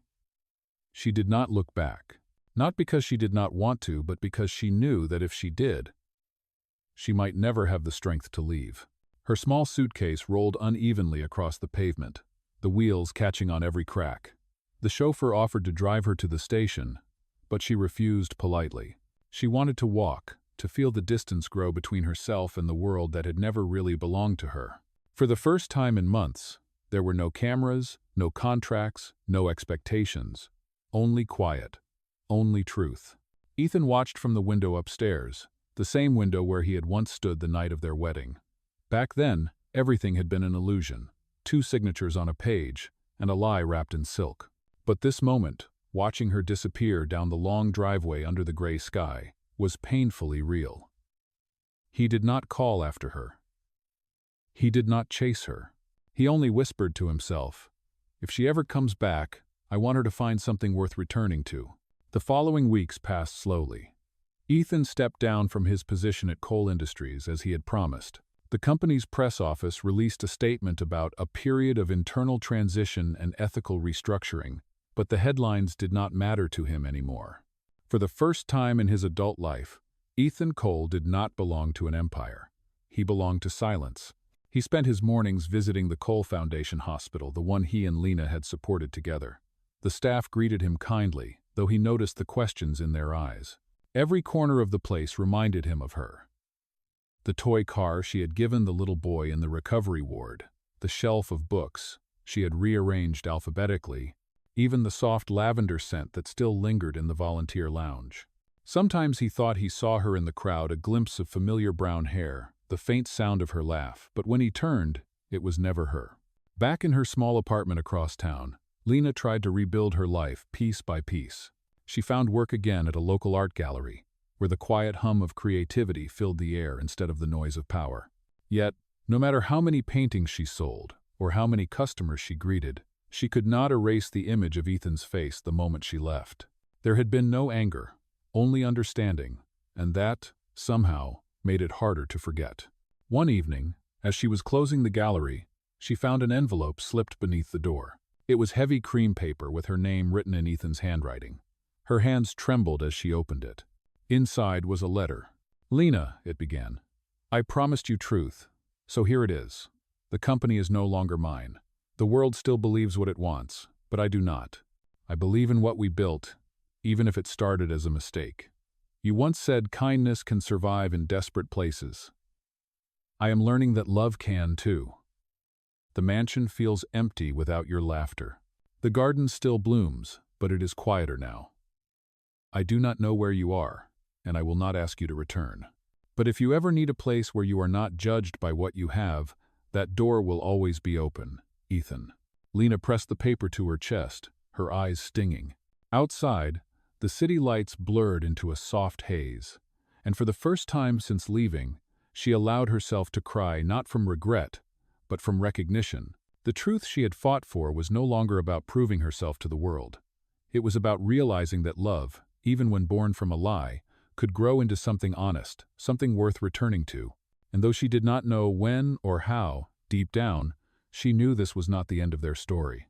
It was only the quiet space between two hearts still learning how to find each other again. Winter settled over the city with a quiet kind of persistence. Snow gathered along the sidewalks, softening the noise of traffic and turning the skyline into a watercolor of gray and white. For months, life had moved forward in slow, deliberate rhythm. The world had forgotten the scandal, the headlines had shifted to news stories. And yet, for Ethan and Lena, time had not erased what lingered between them. Ethan's days were simpler now. Without the constant pressure of corporate meetings and public scrutiny, he spent his mornings walking through the city, coffee in hand, his thoughts strangely calm. The Cole mansion remained his home, but it no longer felt like a fortress. The rooms were quiet, and he had begun opening parts of the estate to charity events and community programs. For the first time, the mansion was being used to serve people instead of impress them. Still, every night when he stood by the grand piano, his fingers hesitating over the keys, he would think of her the way she had once played a few broken notes and smiled as if music were something meant to heal, not perfect. He wondered if she was still painting, still working, still finding beauty in small, ordinary moments. Across town, Lena was doing exactly that. Her work at the art gallery had turned into something more meaningful. She had begun organizing a community art program for children from underprivileged families, teaching them how to use color and imagination as ways to tell their stories. It was quiet, honest work, the kind that made her feel grounded. But some nights, when she walked home under the snow-filled sky, she would find herself rereading Ethan's letter. The paper had begun to fade from being folded and unfolded too many times, but the words still carried warmth. "You once said kindness can survive in desperate places." She would whisper those words to herself, like a promise she had not yet fulfilled. One Saturday afternoon, as she was setting up a new exhibition, her manager approached with a clipboard. "A private donor wants to sponsor the next children's program," the woman said. "He asked to remain anonymous, but he specifically requested you to oversee it." Lena froze for a moment. "Did he leave a message?" Her manager smiled faintly. "Only this. Tell her it is for the garden that still blooms." Her heart skipped. She knew those words. Only Ethan would have written them. A week later, the program launched. It was held in a renovated hall downtown, a place filled with canvases, bright lights, and the laughter of children. As Lena walked through the rows of paintings, she felt something she had not felt in months, peace mixed with anticipation, as if the air itself was waiting. And then she saw him. Ethan stood near the back of the room, dressed simply in a dark coat, his hair dusted lightly with snow. He was not surrounded by reporters or assistants this time. He was just there, quiet, steady, and watching her with a kind of reverence that made her chest tighten. For a moment neither of them moved. Then Lena slowly walked toward him. "You should have told me you were coming," she said, her voice barely above a whisper. "I was not sure if I should," Ethan replied softly. "But I wanted to see what you built. You have turned your kindness into something powerful." She smiled faintly. "And you have turned your mansion into a place for others." "I saw the article." He chuckled quietly. "I suppose we both learned something about what real wealth means." They stood side by side, watching a little girl paint a bright red heart on her canvas. Ethan said, "I never wanted to trap you in a story that was not yours, Lena. You deserve to live freely, to be more than what my world tried to make you." Lena turned toward him. "And yet, I learned the meaning of freedom because of what we went through. You gave me space to find myself, Ethan, but that space also showed me where I belong." He looked at her then, his expression unreadable. "And where is that?" She took a breath, her eyes steady on his. "Anywhere the truth is, even if that means standing beside you again." "Oh." The words settled between them like falling snow, quiet, pure, irreversible. Ethan's voice was low when he spoke again. "I kept my promise. The door is still open." Lena's eyes softened. "I know, but this time, I am not walking through it as someone who owes you anything. I am walking in because I choose to." He smiled, and for the first time, it was not the practiced smile of a man who had learned how to control a room. It was simple, genuine. They stood there until the children began to gather around, showing Lena their paintings. One of the boys tugged Ethan's sleeve. "Will you paint too, mister?" Ethan laughed softly. "I might need a little help." Lena handed him a brush. "Then start with color. The rest will come." As the snow fell outside and the room filled with laughter, Ethan dipped the brush into bright blue paint. For the first time in his life, he was not signing a document or sealing a deal. He was simply beginning again with her, with honesty, and with something far stronger than any contract could create. Love. Real, imperfect, enduring love. The snow melted slowly in the weeks that followed, revealing a city washed clean and ready for spring. The chill softened, and with it, something inside Ethan and Lena began to thaw as well. The art program had become a regular part of their lives, a quiet rhythm that replaced the chaos of their past. It was no longer about redemption or survival, it was about rebuilding, one honest moment at a time. Each morning, Ethan would arrive early to help set up the supplies, his sleeves rolled, his once immaculate hands now smudged with color. Lena teased him about it constantly. "You used to sign deals worth millions," she would say with a smile. "Now you sign canvases." He would grin back. "For the first time, I actually know what I am signing." The children adored him.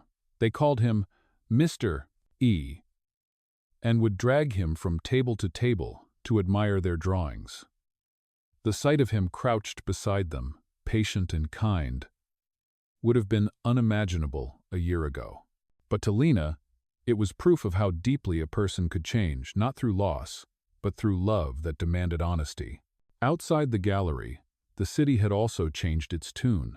The tabloids had long moved on, and whispers of scandal were replaced by headlines about charity, education, and the quiet transformation of a once feared CEO into a man who simply showed up and did the work.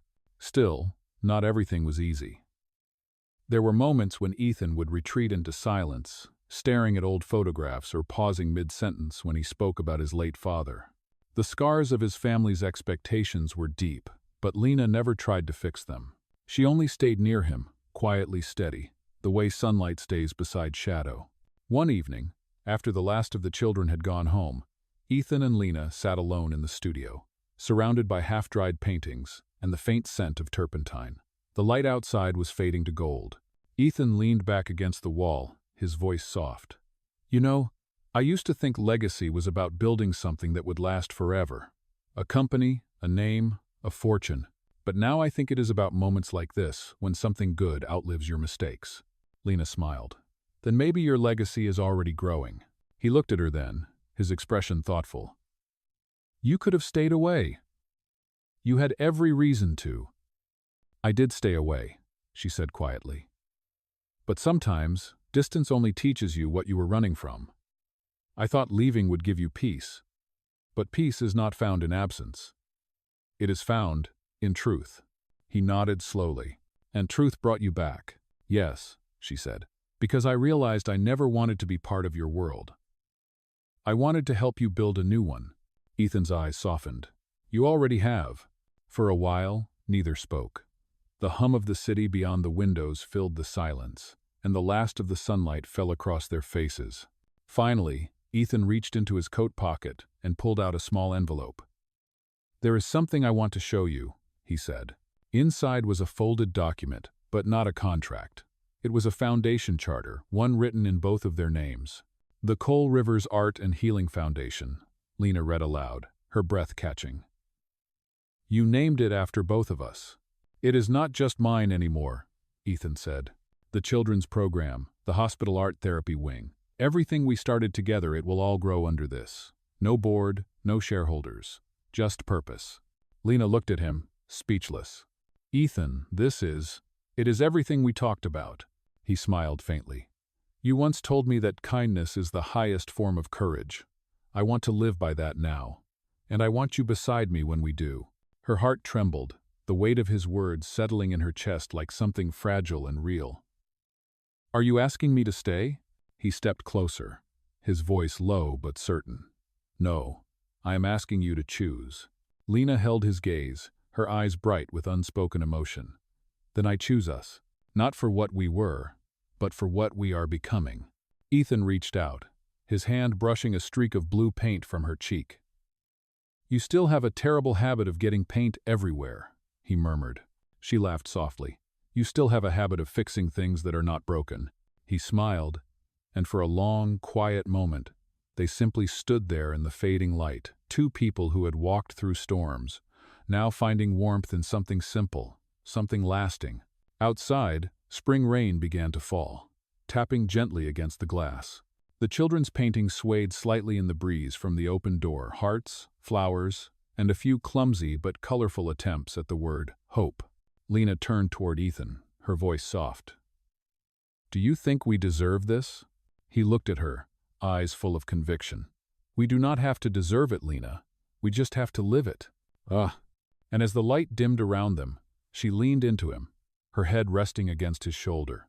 The world beyond the gallery kept moving, but for that single, perfect moment, time itself seemed to pause, proof that even from a lie, something true and beautiful could still take root and bloom again. Spring turned to early summer, and the Cole Rivers Foundation began to grow faster than anyone expected. What had started as a single classroom full of children and canvases became a citywide project that reached hospitals, shelters, and public schools. The press, once hungry for scandal, now wrote about the billionaire who walked away from power to build hope. But for Ethan and Lena, the headlines did not matter. What mattered was the laughter of children, the quiet joy of seeing people healed through art, and the fragile peace they had both learned to protect. Every morning, Lena arrived early at the foundation, building a bright glass structure filled with light, murals, and the scent of paint. She loved how the air always carried faint traces of possibility. Ethan was usually there before her, sleeves rolled up, already speaking with volunteers or reviewing shipments of supplies. He no longer wore suits. His uniform had become soft cotton shirts and the occasional streak of color on his hands. On one particular morning, she found him on the rooftop terrace, staring out over the skyline. The city below was alive with noise and motion, but he stood still, holding a cup of coffee and watching the sunlight climb the glass of nearby buildings. "You are awake early again," she said, approaching quietly. He turned and smiled. "I could say the same about you." "I have to prepare for the hospital visit this afternoon," she said. "The new therapy wing opens today." Ethan nodded. "It still feels unreal. 2 years ago, I was sitting in boardrooms arguing about profit margins. Now we are cutting ribbons for something that actually matters." "You built this," Lena said softly. He shook his head. "We built this." Their eyes met, and for a moment, the rest of the world faded. The rooftop wind lifted her hair across her face, and without thinking, he reached out to brush it away. His fingers lingered slightly longer than they should have, but neither of them moved. Then, quietly, he said, "There is something I want to ask you." Lena tilted her head. "What is it?" He hesitated, his voice lowering. "Do you ever think about starting over completely? Not just rebuilding what we lost, but creating a life outside all of this?" She looked at him, a little surprised. "You mean leave the foundation?" "Not leave it," he said quickly. "Just step away for a while. Go somewhere no one knows us, somewhere quiet." She smiled gently. "You want to disappear, Mr. Cole?" He gave a small laugh. "Maybe just for a week, maybe for a lifetime. I do not know." His tone softened. "After everything we went through, I still wake up some days wondering if I deserve the peace we found." Lena took his hand then, steady and sure. "Peace is not something you earn, Ethan. It is something you choose, and you already did." He squeezed her hand lightly. "Then maybe it is time to choose what comes next." Oh, later that afternoon, they drove to the hospital for the opening ceremony of the new therapy wing. Reporters and donors filled the lobby, but the atmosphere was warm, not formal. Children in bright hospital gowns carried paintbrushes and ribbons instead of flowers. The plaque on the wall read, "The Cole Rivers Art and Healing Wing, where every story finds color again." Evelyn Cole, now stronger after months of recovery, attended the ceremony in a wheelchair, her face glowing with pride. She held Lena's hand and whispered, "You gave my son back his heart." Lena smiled, tears threatening to rise. "He gave it to himself, Evelyn. I just reminded him it was still there." When Ethan stepped forward to speak, the crowd quieted. His voice carried through the hall steady, humble, and full of gratitude. "This foundation began because of a mistake," he said. "A contract, a lie. But from that lie came honesty, and from honesty came purpose. I once believed love and leadership could be built on control. Now I know they can only be built on compassion." The audience erupted in applause. Lena watched him from the edge of the stage, her chest swelling with a mix of pride and tenderness. He was no longer the man who had hired her out of desperation. He was someone new, someone who led by giving instead of taking. After the ceremony, Ethan found her by the courtyard garden, outside the hospital. "You were quiet during my speech," he said, smiling. "It was perfect," she replied. "I just did not want to cry in public again." He chuckled softly. "I might have beaten you to it." They sat on the stone bench, watching the sunlight scatter through the trees. The hum of laughter from inside drifted through the open doors. "I was serious about what I said this morning," Ethan said. "I want us to go away for a while, just you and me. No meetings, no reporters, no plans." "No." "Where would we go?" she asked. "Anywhere," he said. "Everywhere." Lena smiled, her eyes searching his. "And what about the foundation?" He shrugged lightly. "It is built to survive without me now. That is the point, isn't it? To create something that can live even when we are gone." She looked out at the garden, where the flowers were just beginning to bloom. "It sounds beautiful, but running away will not change what we already are." He turned toward her. "Then what are we?" Lena met his gaze without hesitation. "We are two people who stopped pretending. We are what is left when all the lies are gone." Ethan's expression softened, and for the first time, the silence between them felt like home instead of distance. "Then let us live in that truth," he said quietly. "Together." The sound of wind brushed through the trees, and Lena nodded slowly. "Together." That evening, as the sun dipped below the horizon, they drove back to the city in comfortable silence. The radio played softly, a gentle melody blending with the rhythm of the road. Ethan glanced at her once, then again, as if memorizing her in the amber glow of twilight. When they reached the mansion, the gardens were lit with small lanterns that flickered in the warm summer air. The roses she had once tended now bloomed in full color, a sea of red and white swaying gently in the wind.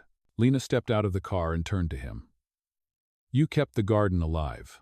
He smiled faintly. "You planted it. I just learned how to take care of it."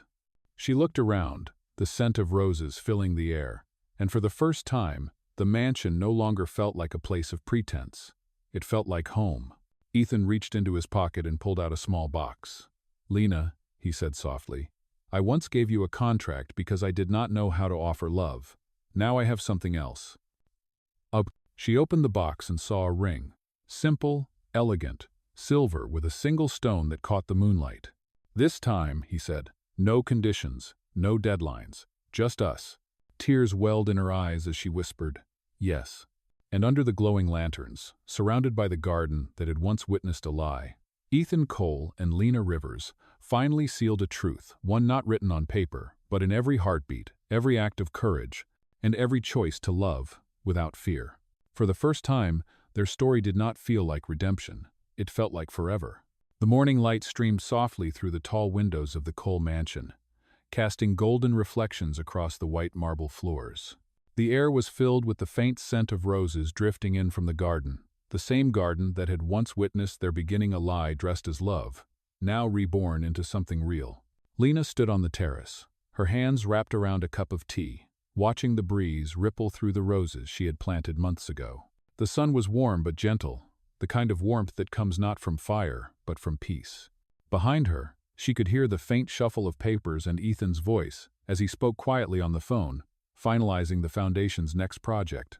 His tone was calm, steady, and grounded, so different from the man he had once been. When he ended the call and joined her outside, he looked almost unrecognizable from the sharp-suited CEO the world had known. His hair was slightly tousled from the wind, his sleeves rolled to his elbows, and there was a quiet ease in his every movement. "Another school wants to join the program," he said, his voice carrying a soft note of pride. "They want to name the art room after you." Lena smiled faintly, shaking her head. "They should name it after the children. They are the reason all this exists." Ethan leaned against the railing beside her. "You never take credit for anything." "Neither do you," she said. He smiled. "Maybe that is why it finally works." They stood there in silence for a moment, listening to the sound of the garden coming alive with the daybirds calling from the branches, bees humming lazily among the roses. For the first time in a long time, everything felt still. Evelyn joined them soon after, her steps slow but steady. She had regained much of her strength, her smile softer now but radiant. "You two look like peace itself," she said warmly. "I almost do not recognize you." Ethan moved to her side, kissing her cheek. "You are the reason we found it, Mother." Evelyn chuckled. Nonsense. You found it because you stopped pretending. The rest of us just got lucky enough to witness it. Lena took the older woman's hand. We are all lucky, she said quietly. Even after everything. Especially after everything, Evelyn replied. By midday, the mansion was alive with gentle activity. The staff was preparing for a small celebration, the first anniversary of the Cole Rivers Foundation. No reporters, no press, just friends, partners, and children from the art program. The laughter that filled the hallways was different now. It was not forced or polished. It was real. As guests began to arrive, Lena walked through the ballroom, checking decorations one last time. She paused by the grand piano in the corner, the same one Ethan used to play when the world felt heavy. On the stand sat a single sheet of music, handwritten by him. The title read, "For the Woman Who Taught Me, Silence Can Sing." Her eyes misted, but she smiled. The ceremony was small, but warm. Ethan gave a short speech, one that held no rehearsed charm or corporate flourish. He spoke simply, from the heart. 1 year ago, he said, standing beside Lena, this foundation was an idea, a dream built from mistakes, lessons, and second chances. Today, it is a promise, a reminder that truth, no matter how painful, is always worth building upon.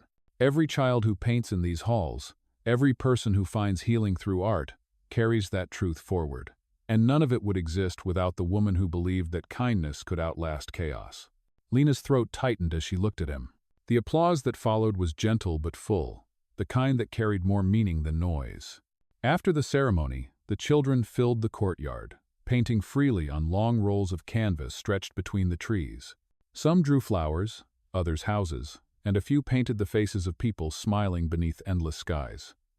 Ethan and Lena walked among them, stopping to admire the colors. One little girl looked up from her painting and asked innocently, "Are you two married for real now?" Lena laughed softly. "Yes, we are."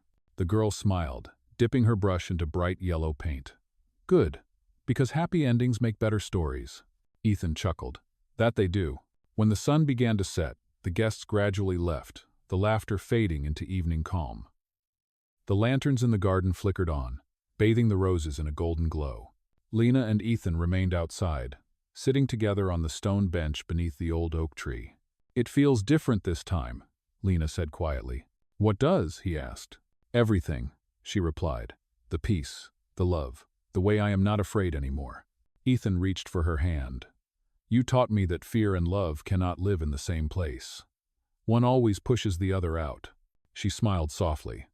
"Then we finally made room for the right one." Lun. The breeze carried the scent of the roses, mingled with the faint hum of the city beyond the gates. Ethan leaned back, looking at the sky turning deep orange and purple. "Do you ever wonder what would have happened if that day in the cafe had gone differently? If I had never made that offer?" Lena thought for a moment. "Maybe we would have never met. Maybe we would have found peace in other ways. But I like this version better, the messy one that taught us everything we did not want to learn." "Oh." He turned toward her, his voice soft. "I like it too." They sat there as the last light faded, the stars beginning to emerge above them. There was no grand finale, no applause, no breaking news, just quiet understanding between two souls who had finally found their way home. Inside the mansion, Evelyn watched them through the window, a knowing smile touching her lips. She whispered to herself, it was never about contracts or money. It was always about learning how to love without conditions. The night deepened, the sky glowing faintly with moonlight. In the garden, the roses swayed gently as if listening. Ethan and Lena stayed until the lanterns burned low, their hands intertwined, their hearts steady. Theirs was not a love built on perfection or pretense. It was built on choice, on forgiveness, on the courage to begin again. And as the world outside continued its endless rush, in that quiet corner of the city, one truth remained constant. Love, when it is real, does not end with promises. It lives in action, in kindness, and in the simple act of staying. That was their legacy. Not the empire, not the name, but the way they turned a mistake into a miracle and chose, every single day, to keep believing in each other. Under the silver light of the moon, Ethan whispered one last time, "No conditions, no deadlines. Just us." Lena smiled, resting her head against his shoulder. "Just us." And that was how their story closed, not with an ending, but with a beginning that finally belonged entirely to them.